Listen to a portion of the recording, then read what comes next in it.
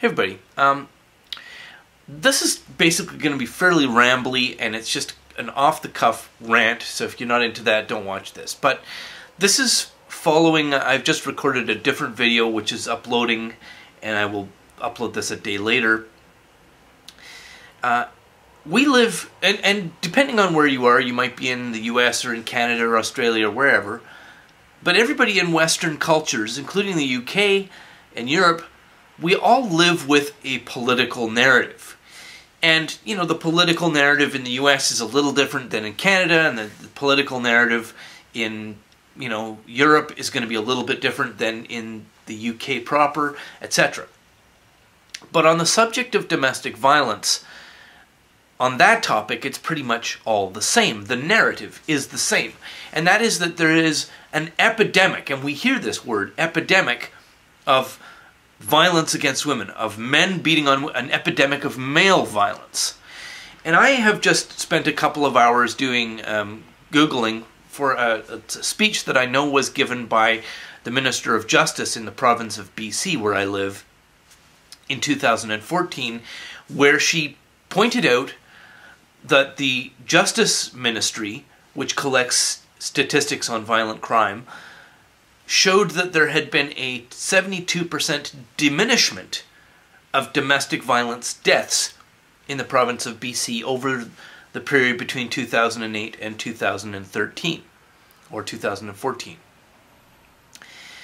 And she gave this public statement in response to a number of public spokespeople for the grievance industry demanding more money, more funding, more attention, more legislation, and basically more resources from the government.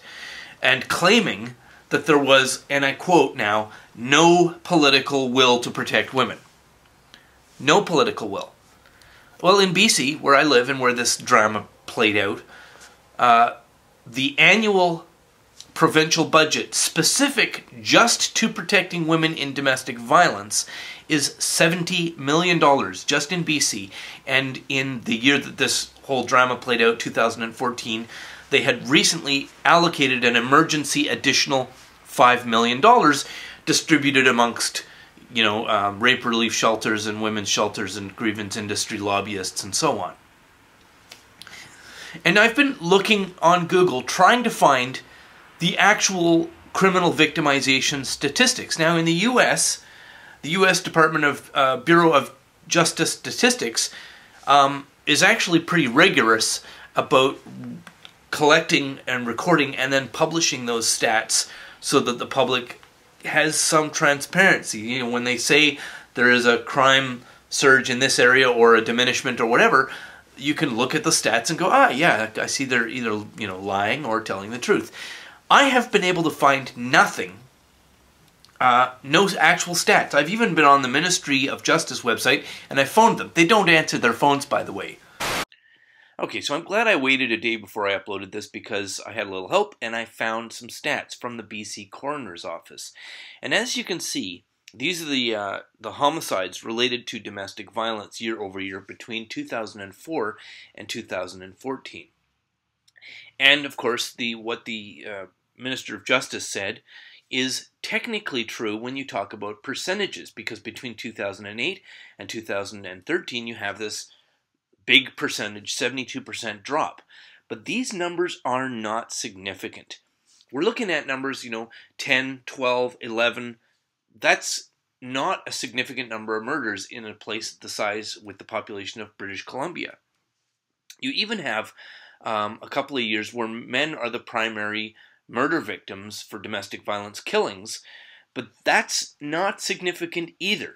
Not just because these numbers are really small and any small little change, 1 or 2 murders, give or take, per year, throws a big percentage change in, but also because when women kill men in as a result of domestic conflict, very often it's not something that they do directly, but they'll do it through the proxy of another person.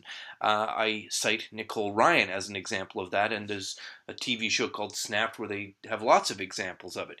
Anyway, we're not going to go too much into these stats. I will be following this up with another video on the stats and how we interpret them. But let's continue. And so we have this political narrative of an epidemic of domestic violence, or actually of violence against women. That's the language they use, and it's purposefully misleading. And we are told this, it's not just a lie, it's a really disgusting and despicable lie.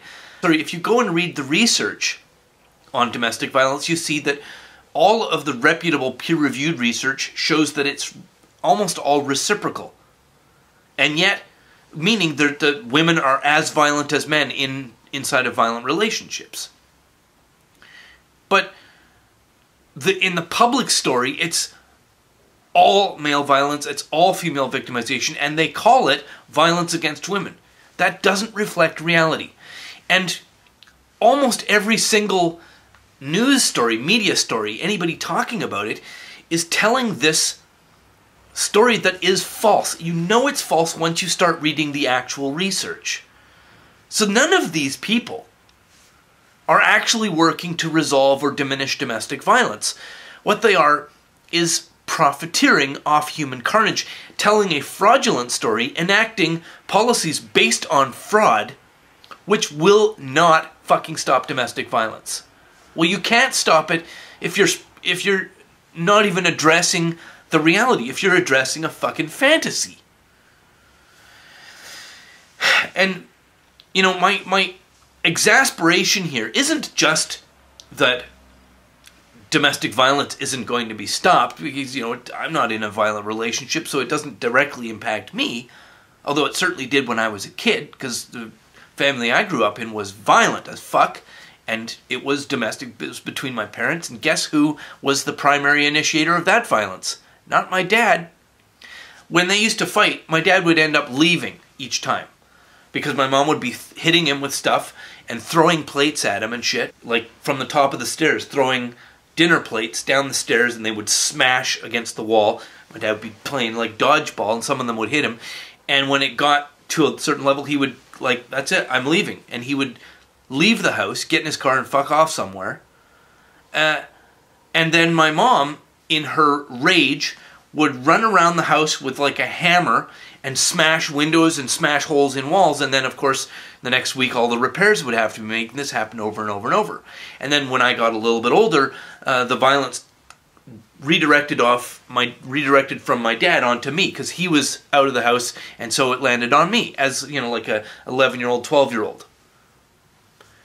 The story that domestic violence is male violence against women is a fiction. It's a disgusting, despicable, and hateful fiction. Not just because it villainizes men, but because the damage of domestic violence, which impacts children and the adults who are in those relationships, cannot be fixed, cannot be stopped or reduced if all the policies that you enact to supposedly reduce it are based on a fake version of the reality that you're trying to fix. And the point of exasperation for me is that we are living in this monoculture of public lies. If you do any Googling on domestic violence, you see this claim, an epidemic of female impacting male against women violence, but no evidence, no actual stats. No stats supporting the public story. Which means that the epidemic of violence against women is a complete, from whole cloth, fiction, a fabrication. And it's a lie that allows actual violence in the real world to continue, and the people supposedly fighting it, trying to make it go away, are profiting by continuing it. Rant ends.